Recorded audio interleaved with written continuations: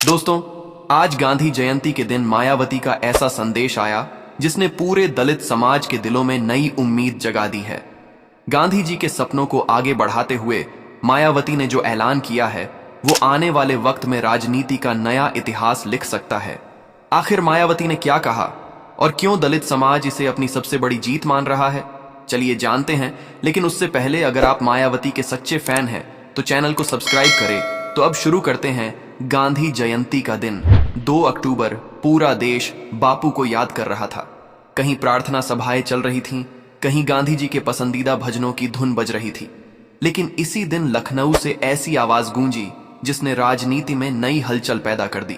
मायावती का बड़ा संदेश जिसने पूरे दलित समाज को उत्साहित कर दिया और उनके सपनों को नई उड़ान दी। गांधी जी का नाम जब भी आता है तो सबसे पहले दिमाग में उनके वो विचार आते हैं जो उन्होंने दबे कुचले, गरीब और वंचित समाज के लिए कहे थे। उनकी सबसे बड़ी ताकत यही थी कि वो समाज के आखिरी व्यक्ति तक न्याय और समानता पहुंचाने की बात करते थे। और यही वो बिंदु था जिसे मायावती ने गांधी जयंती पर उठाया। मंच पर जब मायावती आईं तो भीड़ में एकदम खामोशी छा गई। सबको इंतजार था कि आखिर वो क्या कहेंगी। लोगों की आंखों में उम्मीद की चमक थी, क्योंकि दलित समाज लंबे समय से महसूस कर रहा था कि उनके मुद्दों को सही तरीके से कोई सामने नहीं रख रहा। लेकिन गांधी जयंती जैसे खास दिन पर मायावती का संदेश महज राजनीति तक सीमित नहीं था। यह समाज को हिम्मत देने वाला और नई सोच जगाने वाला था। उन्होंने कहा कि गांधी जी ने जो सपना देखा था, भारत को एक ऐसा देश बनाने का जहां हर इंसान बराबर हो, उस सपने को अब अधूरा नहीं रहने दिया जाएगा।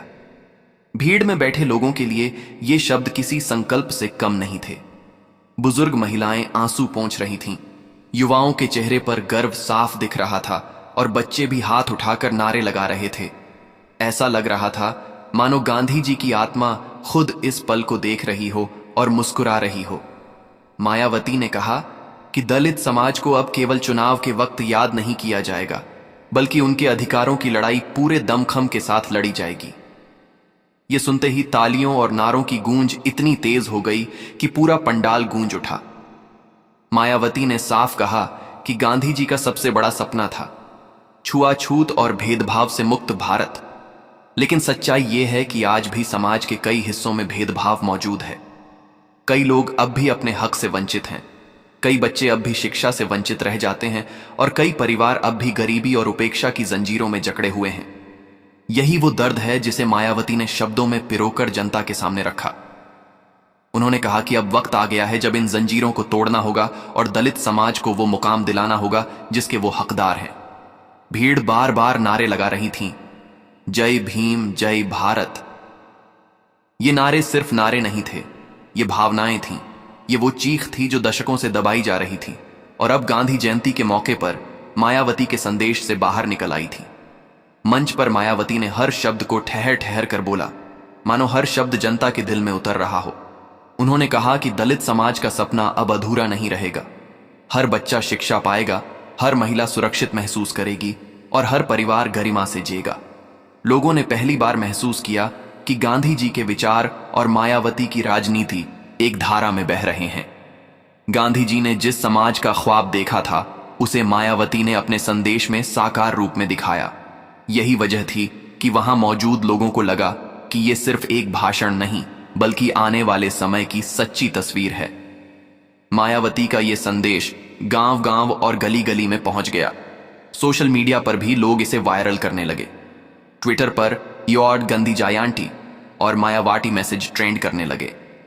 दलित समाज के युवाओं ने इसे नई क्रांति की शुरुआत कहा। बुजुर्गों ने कहा कि गांधी जी के बाद पहली बार किसी नेता ने उनकी पीड़ा को इतने सच्चे शब्दों में रखा है। महिलाओं ने कहा कि मायावती का वादा उन्हें आत्मविश्वास देता है कि आने वाला कल उनकी बेटियों के लिए बेहतर होगा।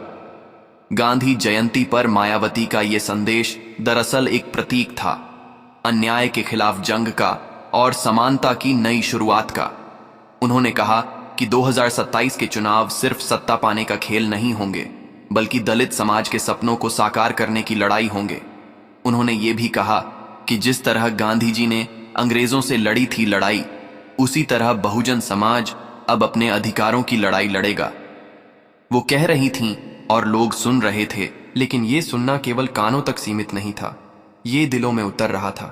कहीं आंसू थे, कहीं मुस्कान थी, कहीं गुस्सा था और कहीं हिम्मत।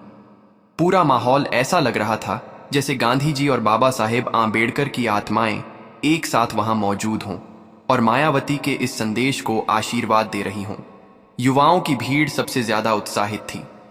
उनकी नजरों में अब भविष्य का सपना साफ दिखाई दे रहा था। वो कह रहे थे कि अगर गांधी जी ने आजादी दिलाई थी तो मायावती अब समानता दिलाएंगी।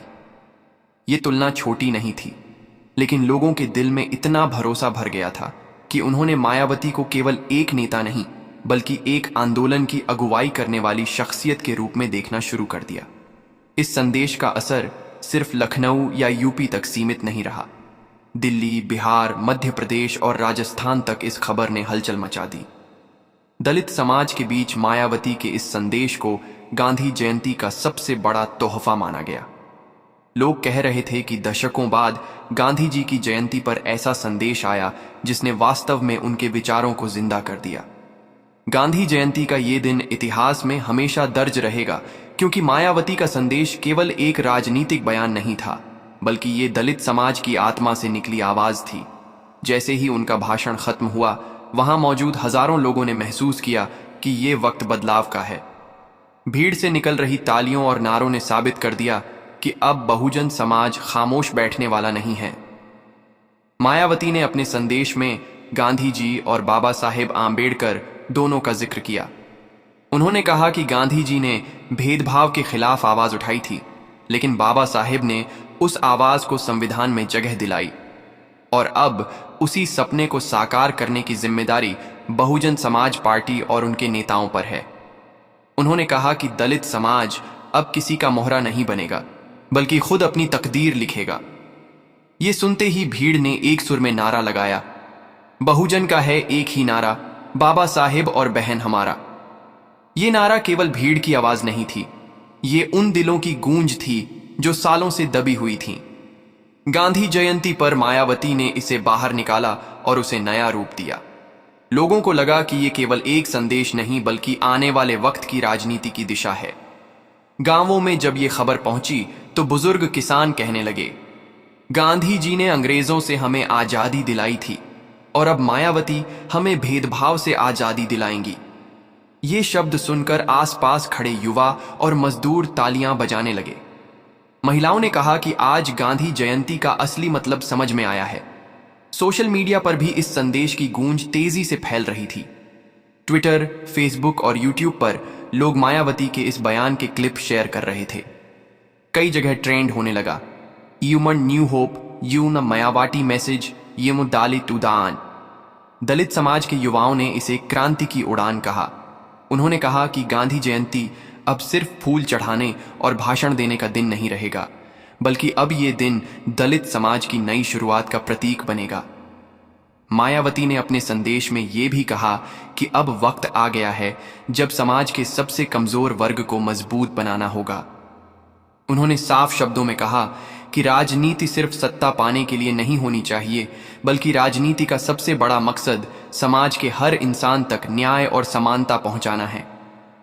ये सुनकर जनता ने खड़े होकर तालियां बजाईं। कई लोगों ने कहा कि आज हमें फिर से विश्वास हुआ कि हमारी लड़ाई बेकार नहीं जाएगी। गांधी जयंती पर दिया गया ये संदेश दरअसल एक संकेत था। संकेत ये कि 2027 का चुनाव अब सिर्फ सरकार बदलने का चुनाव नहीं होगा, बल्कि ये दलित समाज की आत्मसम्मान की लड़ाई होगी।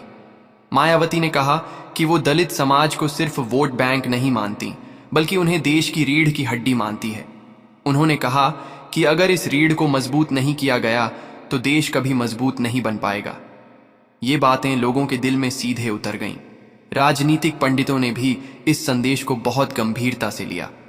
उन्होंने कहा कि गांधी जयंती पर मायावती का ये बयान एक मास्टर स्ट्रोक है, क्योंकि जब पूरा देश गांधी जी को याद कर रहा था, उसी दिन दलित समाज के बीच मायावती ने ये बता दिया कि अब उनकी राजनीति गांधी जी के विचारों को जमीन पर उतारने का काम करेगी, और यही बात बहुजन समाज पार्टी को एक बार फिर ताकतवर बना सकती है।